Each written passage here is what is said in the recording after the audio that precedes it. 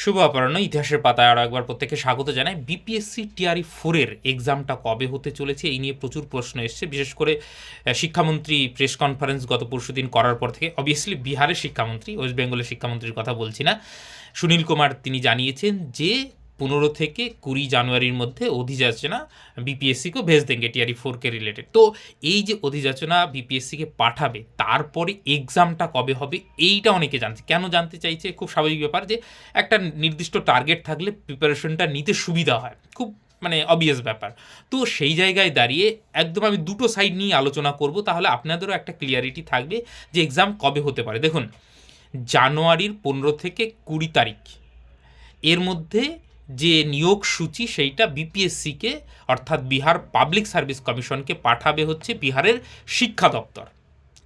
কারণ মানে সরকার যেভাবে চাইবে কত সিটে কিভাবে নিয়োগ হবে সেই বিষয়ে। তো সেইটা আবার নোটিফিকেশন আকারে বিপিএসসি বের করবে, তারপরে আপনারা অ্যাপ্লাই করবেন, তারপরে এক্সাম হবে, অ্যাডমিট দিয়ে এক্সাম হবে, এই তো প্রসেস।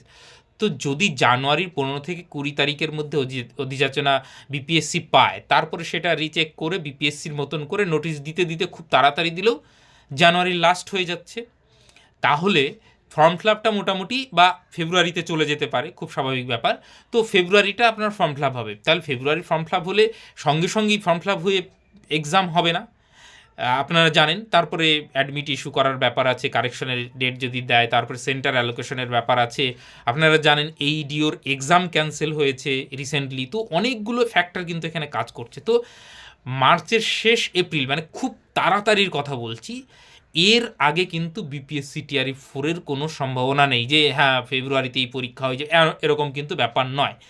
আর যদি আপনি ইতিহাসটা দেখেন, যারা দীর্ঘদিন থেকে ফলো করছেন তারা জানেন, এবং এখনও অবধি স্টেটের রেজাল্ট দেয়নি, যারা এর আগে স্টেট পাশ করে রয়েছে তারা দীর্ঘদিন ধরে অপেক্ষা করছে যে বিপিএসসি টিআরই ফোর কবে আসবে। তো দেখুন, এর আগে যতদূর আমার মনে পড়ছে, সুনীল কুমার ভোটের আগে বলেছিলেন যে 10 অক্টোবর পরীক্ষা হবে, সেইটা হলো না। তারপরে ভোটের আগে আগে বললেন এই ডিসেম্বরেই পরীক্ষা হবে, সেটা হলো না। তো বিহারের মুখ্যমন্ত্রী যেটা বলছেন একদম সেটাই এক্স্যাক্ট হবে এরকম নাই। অধিযাচনা আরও 10 দিন 15 দিন পিছিয়ে যেতে পারে, রোস্টার নিয়ে কি টাল বাহানো হয়েছে আপনারা জানেন। তবে হ্যাঁ, ডেফিনেটলি পরীক্ষা হবে, সেইটা মানে খুব তাড়াতাড়ি হলেও এপ্রিলের আগে তো আমি দেখতে পাচ্ছি না। মানে মার্চের শেষ এপ্রিলে গিয়ে, মানে খুব তাড়াতাড়ি হলেও এটা আরও 2-1 মাস পেছোতে পারে। তার মানে এই নয় যে আপনারা প্রিপারেশন নেবেন না, কারণ এখানে ভ্যাকান্সির প্রশ্নও আসছে। ভ্যাকান্সিটা টিআরই 1, 2, 3 মতন অতটা থাকবে না, আপনারা নিশ্চয়ই বুঝে গেছেন।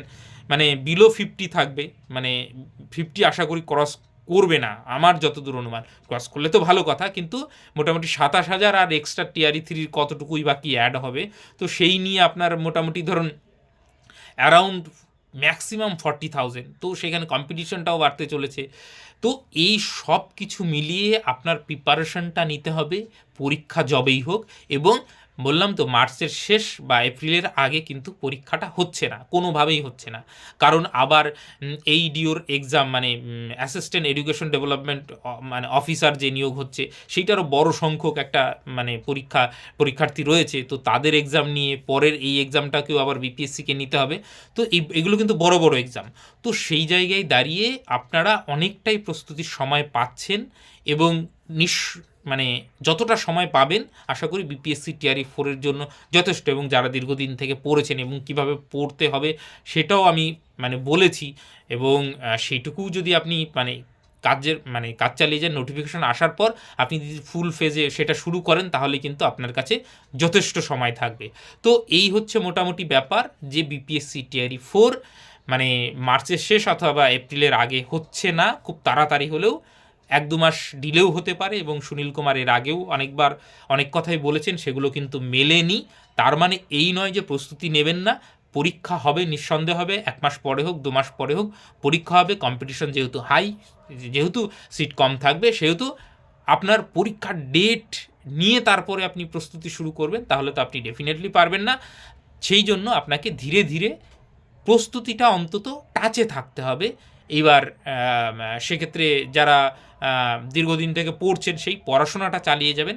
এক্সাম যখনই হোক, আমি নিশ্চয়ই যা অথেন্টিক আপডেট আসবে আমি গ্রুপে জানিয়ে দেব, এবং 1 ঘন্টা পরে হোক, 2 ঘন্টা পরে হোক, আপনারা জানতে পারবেন, এইটুকু শিওর। গ্রুপে থাকলে কমেন্ট সেকশনে লিঙ্ক দেওয়া থাকলো, সেখানে গিয়ে যুক্ত হতে পারেন। এবং যা ফার্দার আপডেট আসবে মোটামুটি আমি দিয়ে দেবো। এবং বিপিএসসি রিলেটেড আরও যদি কোনো প্রশ্ন থাকে নিশ্চয়ই কমেন্ট সেকশনে করতে পারেন, বিশেষ করে প্রিপারেশন রিলেটেড, তাহলে সেই বিষয়ে আমি নিশ্চয়ই আলোকপাত করার চেষ্টা করবো। আপাতত সকলকে অসংখ্য ধন্যবাদ।